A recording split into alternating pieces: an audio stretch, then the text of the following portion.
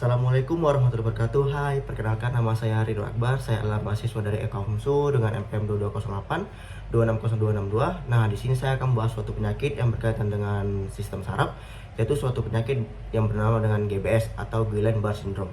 Nah, mau tahu apa saja tentang penyakit ini? Yuk kita simak pembahasannya. Oke, jadi kita masuk ke pembahasan pertama, yaitu mengenai tentang definisi dari Guillain-Barré Syndrome atau GBS.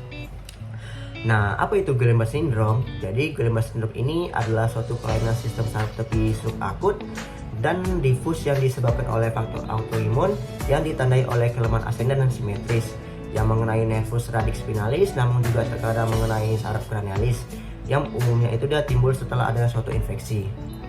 Selanjutnya kita masuk ke etiologi.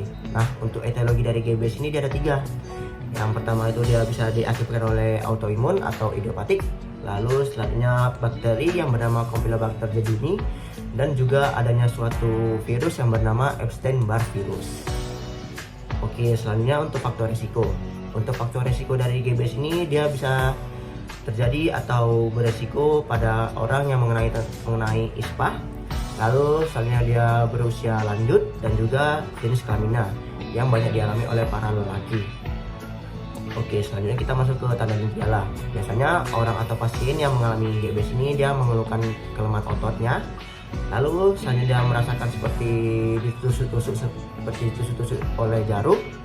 Lalu selanjutnya dia bisa mengalami gangguan otonom dan juga dia mengeluhkan adanya kebas-kebas. Oke, kita masuk ke patofisiologi.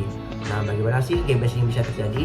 Jadi GBS ini bisa terjadi karena adanya proses molekular mimikri di mana sel beta itu pada sistem imun akan membentuk antibodi yang akan melawan antigen pada patogen yang menyebabkan infeksi, dan antibodi ini juga mempunyai kemiripan dengan struktur protein pada sel saraf yang disebut dengan gangliosida. Sehingga antibodi ini dapat menargetkan protein pada selubung mielin saraf atau protein yang terdapat pada akson saraf itu sendiri. Selanjutnya, infeksi dari Campylobacter jejuni tadi itu dia bisa memicu respon imun dan autoimun hormonal yang mengakibatkan disfungsi saraf dan memicu tanda dari GBS ini. Selanjutnya kita masuk ke cara menegakkan diagnosa.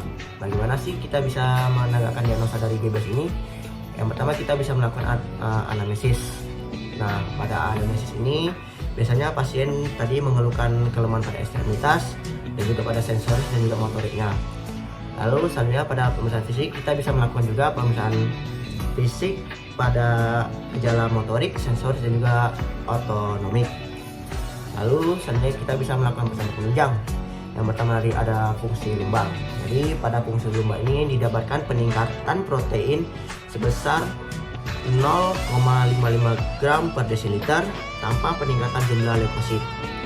Lalu yang kedua kita bisa melakukan EMG atau elektrokardiografi yang pada ini dia memberikan hasil yang normal pada fase akut dan juga menunjukkan hasil yang abnormal pada minggu ketiga hingga minggu keempat. Oke, selanjutnya bagaimana sih untuk tata laksananya? Jadi untuk tata laksana dari GBS ini yang pertama bisa kita berikan imunoglobulin intravena atau IVIG yaitu sebesar 0,4 gram per kilogram berat badan per hari selama 5 hari. Lalu selanjutnya kita bisa melakukan plasmaresis. Dia dilakukan sebanyak 5 kali selama 2 minggu. Maksimal itu dia sebanyak 5 kali volume plasma.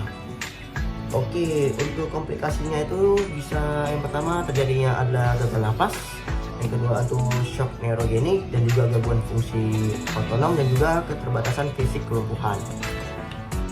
Oke, selanjutnya dari klasifikasi. Jadi klasifikasi dari GBS ini dia ada 4. Yang pertama itu dari AIDP atau Acute Inflammatory Demyelinating Polyneuropathy. Dia itu bisa terjadi ada yang pertama gejala sensorik motorik, lalu selanjutnya adanya gangguan nervus cranialis, disfungsi otonom dan juga subtipe paling umum yaitu penyembuhan cepat. Selanjutnya ada yang namanya AMAN atau Akut Motor Axonal Neuropathy. Dia itu berupa adanya gangguan motorik dan juga sering terjadi pada anak dan penyembuhannya itu dia paling cepat. Selanjutnya ada AMSAN yaitu Akut Motor Sensory Axonal Neuropathy. Jadi itu bisa terjadi gejala motorik sensorik dan juga sering terjadi pada orang dewasa. Lalu yang terakhir ada MFS atau Miller-Fisher Syndrome, yaitu terjadinya gangguan nervus cranialis dan juga ophthalmoplegia, ataksia dan juga arefleksis. Oke, untuk prognosis dari GBS ini, dia pada pasien GBS ini sebanyak 75% diantara sembuh total, 15% kelemahan ringan atau gejala sisa, dan 5-7% itu dia meninggal akibat gangguan nafas dan aritmia, dan 3% mengalami relapse. Oke, jadi ini adalah referensi saya yang gunakan dalam membuat meme ini.